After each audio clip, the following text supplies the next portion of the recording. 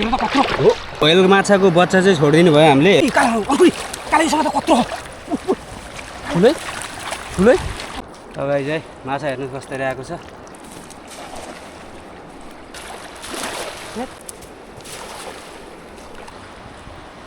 लगाइ चाहिँ पारी तरेर आइयो हात जाल खेल्नको लागि रामकृष्ण र म। तपाईँहरूलाई स्वागत छ हाम्रो घुमाउने जालमा। अब त्यहाँ एक लट हान्छु, कति पर्छ पहिलो सुरुको लट हेर्नु लगाइ चाहिँ। पानी पऱ्यो, कालो कपडा हाल।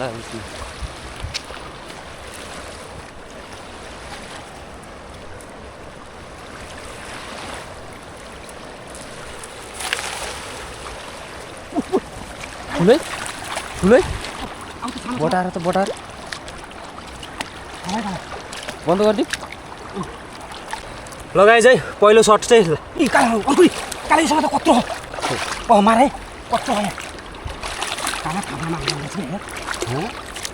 थाप्लामा होइन माछा उता मैले मार्छु के काला यार।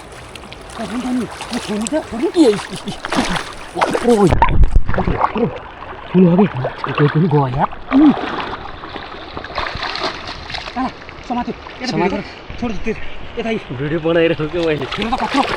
लगाइ चाहिँ हेर्नुहोस् अर्को पनि पऱ्यो है। पऱ्यो क्या यस्तोमा छाप्या हुन्छ क्या। अझै होला काला यार।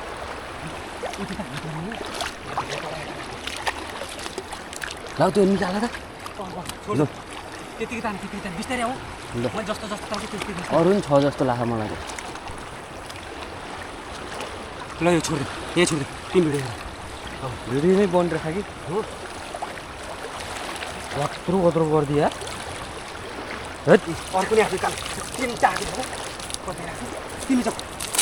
बन्द गरिदिनु।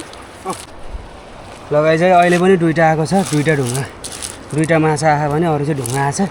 यो बोरामा चाहिँ अहिले तिनवटा रहेछ।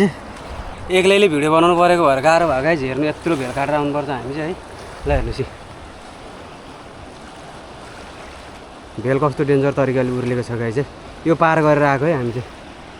ए उता पनि गुरुगुरी छ। लगाइ बिस्तारै बिस्तारै हान्दै हान्दै माथि जाने है। माछा त निस्केर बाहिर बाहिर पो जान्छ क्या यार। सबै माछा निस्किन्छ क्या। छ गाई यहाँ टन्नै छ है माछा चाहिँ ए बोरामा। लगाइ चाहिँ अहिले चाहिँ यति आएको छ माछा, धेरै त आएन है, थोरै आयो। माछा चाहिँ छ छनलाई चाहिँ हेर्नुहोस् है। यत्रो परिसक्यो। एक्लै भएको भएर गाह्रो भयो गाई चाहिँ। डेली ल्याउँछु भनेको बिर्सेछ है। गिद्ध पनि टन्नै आएको त्यहाँ यहाँ चराहरू। अहिलेको लड चाहिँ ठुल्ठुलो आएछ गाई चाहिँ। एउटा दुईवटा तिनवटा।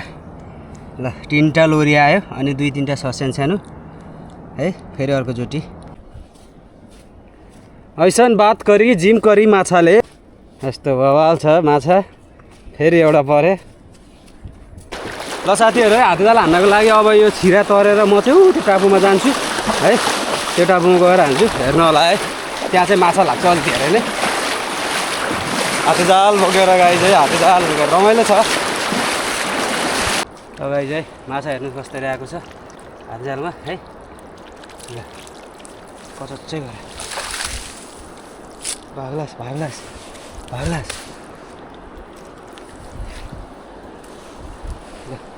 बवाल तरिकाले आयो माछा है गाइस है। अहिले चाहिँ धेरै नै आएको छ मस्तले। यो लटमा चाहिँ बवाल आयो गाइस है। हेर्नुहोस् है अहिले चाहिँ डेन्जर तरिकाले आयो क्या। अब फेरि एक टुँडामा हान्छु एक लट, त्यहाँ पच्यात्तै मार्छु लगाइ चाहिँ।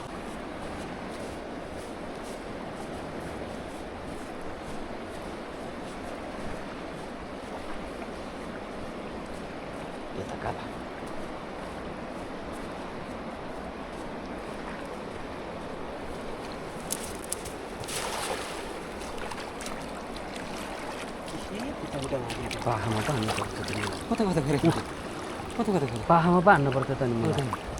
खुट्टा खुट्टामा आएको छ।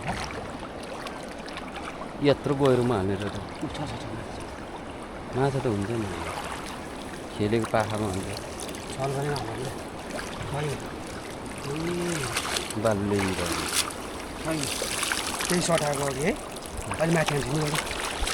लगाइ चाहिँ सिला खोजी खोजी चाहिँ अलिअलि बनाएको छु है।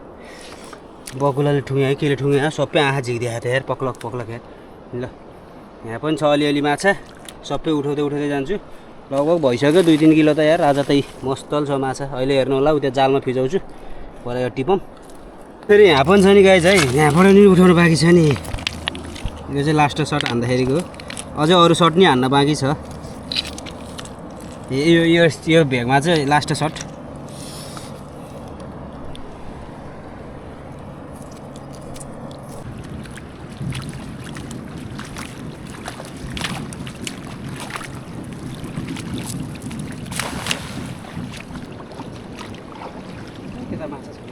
माछा छ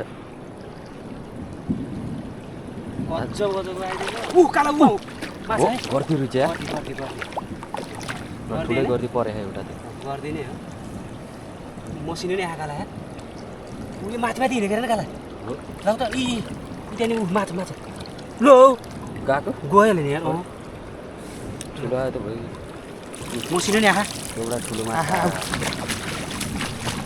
यही टुप्पोम लाग्दो रहेछ खै जहिले एक सोट हानेको त मसिनो त यता देखाउनु फेरि काला तलतिर एउटा गर्दी चाहिँ पऱ्यो ठुलै पऱ्यो यत्रो त आइदियो पो यार लगाएको यस्तो माछा कस्तो यस्तो गर्दी अघि नै त हेर सुरुमै दुईटा तिनटा ल काला बोला ल्याऊ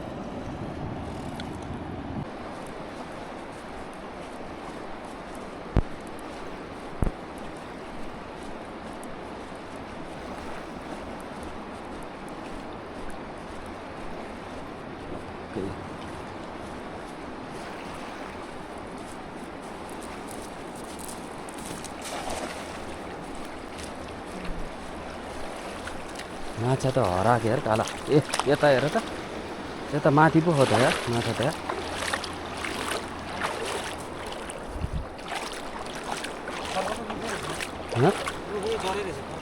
हो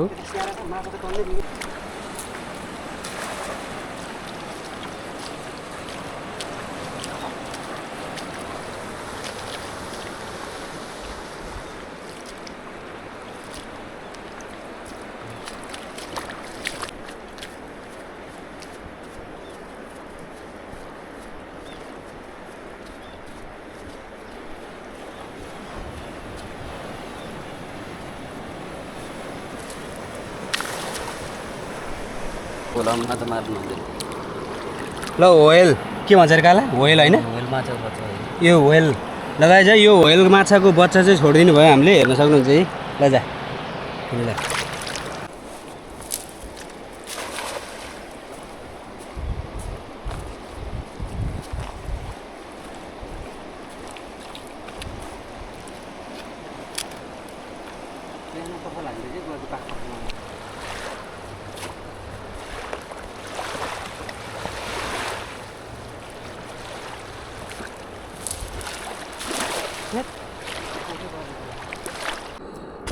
ल लास्ट अब चाहिँ घर निस्केको बिहानदेखिको मेहनत यति भयो है दाउरा पनि यति खोज्यो है आधी जति डुङ्गा अनि यहाँ छ 2-3टा अब चाहिँ हिँडेको घरतिर गाइज है ल अब अर्कोचोटि भेटौँला गाइज अहिलेलाई बिदाई छ माछा साछा नपरे पनि 4 घन्टाको मेहनतमा 3-4 किलो होला अब चाहिँ घरतिर लागेको